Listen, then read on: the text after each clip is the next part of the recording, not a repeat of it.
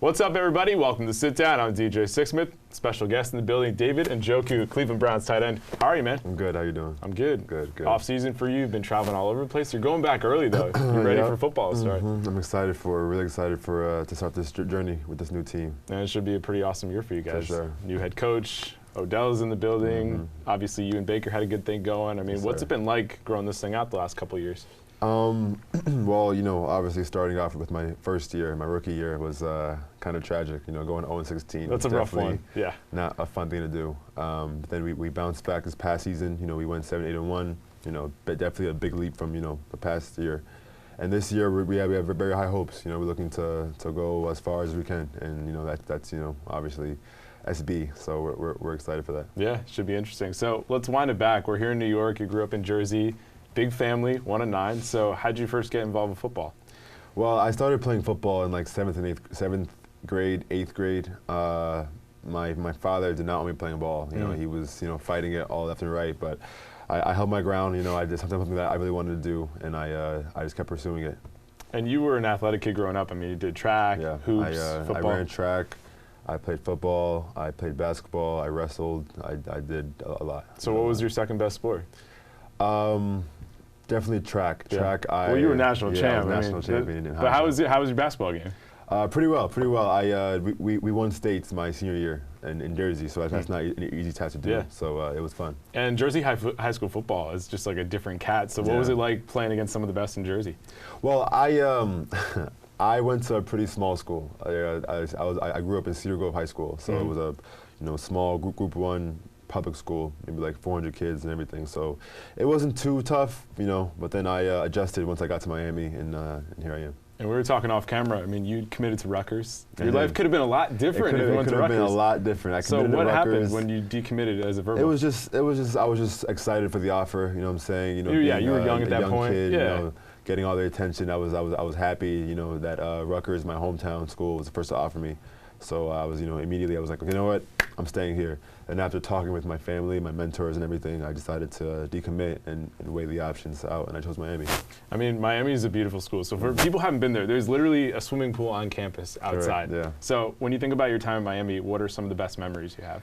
Just honestly hanging with my teammates. It was we've been through a lot. I was in Miami for 3 years, so I redshirted my first year.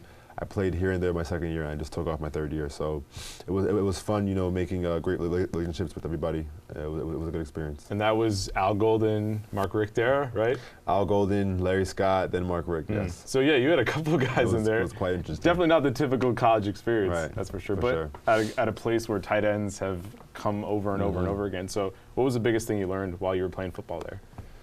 Well, I came in as a receiver.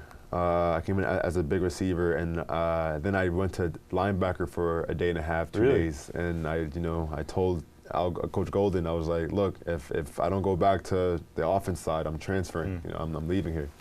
I was thinking of going to Ohio State, but then I chose. Then after talking to him, we settled it out, and I became a tight end.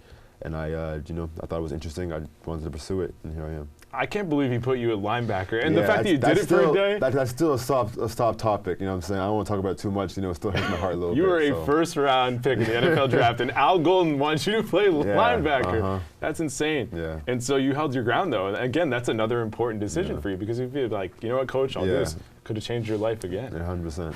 Wow. So, okay, you start playing tight end, you're doing your thing.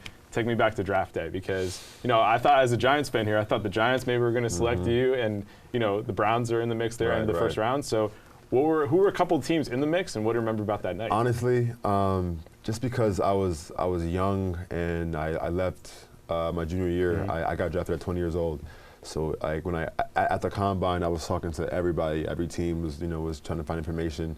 And it's funny, I talked to the Browns probably the least than any other team. Like a quick minute meeting, and I left, and they traded up before the Steelers and got me in the 29th pick. So it was exciting. Yeah, I mean, it's certainly been a good spot for you. You played a lot, and you're still just a young dude. Like you said, you graduated or you left college when you were 20. So when you think about the NFL, what was the biggest surprise about playing in the league at first?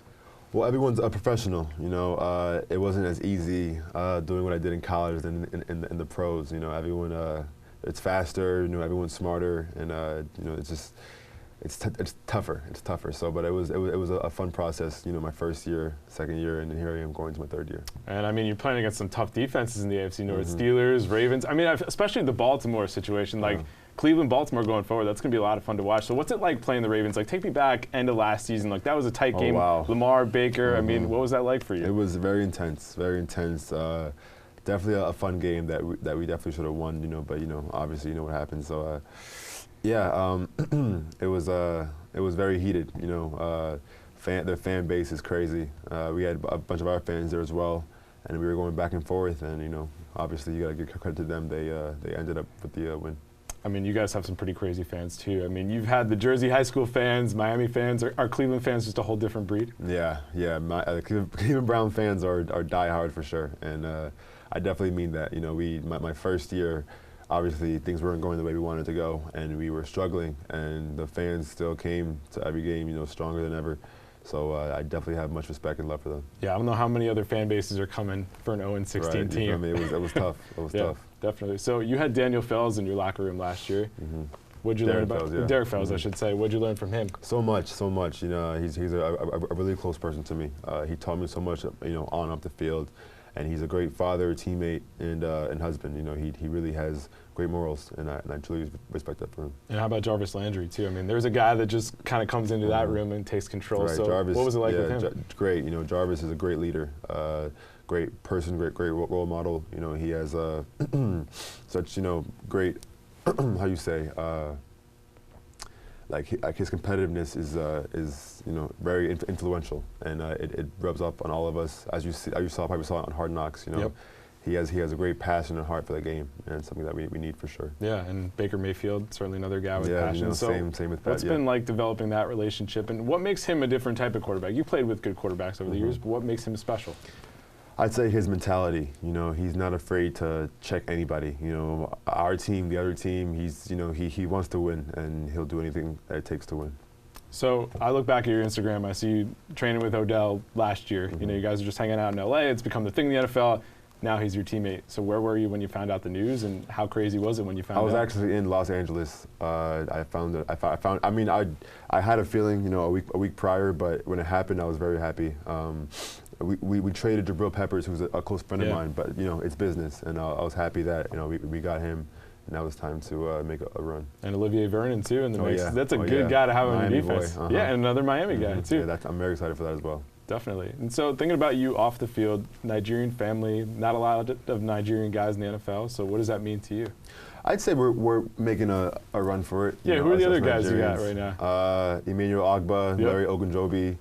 BJ Bello, I can go on forever. You know what I'm saying? I have a friend on the Raiders. You know, there's so many players that are Nigerian that are coming forth and playing in the NFL. So it's very happy to see that. So thinking about your career, you've had 4 touchdowns in each year, ton of more targets last year. How do you continue to take the next step as a tight end? I just want to be the best I can be. You know, I want to know that after the season, when I look back, I know that I gave it my all, and I'll be happy about it. And thinking about last year, you guys finally start to put some wins together, and you had some close games as well. So how valuable would that experience be for you going into this season? That was great. You know, first things first, we got to learn how to win, which we didn't learn how to win my rookie year. And now we learned, you know what I'm saying, we took a big leap from my rookie year to my second year, and now we're trying to take an even bigger leap this upcoming year. So people know you as a football player. What else should they know about you off the field? Well, you know, I ran track. I'm a big fan of UFC. Oh yeah, who are you guys? John Jones, Cody Garbrandt, Yoel Romero, Georgie. I can go on, but yeah, I'm pretty close with Dana White, so I go to a few UFC fights. And how did that relationship start out? It started off with my my agent, you know, Malky Kawa. He took me to one of my first UFC fights, and I saw Dana, and you know, we talked. He knew who I was. We talked for a little minute, and we became pretty close. And now, like, whenever any UFC fights that, you know, you're in. Yeah. I mean, you play a tough sport, but that's a whole different level. That's a whole other ball game. That's you know, serious toughness to be there. Would you ever want to jump in the ring one day in the octagon? No, sir. Not what they do. No, I like my face too much. Just stick to football. Yes, sir. Well, David, it's been an absolute pleasure. Hey, man, thank you very much. Thank you. David Njoku of the Cleveland Browns. We'll see you next time here on The Sit Down.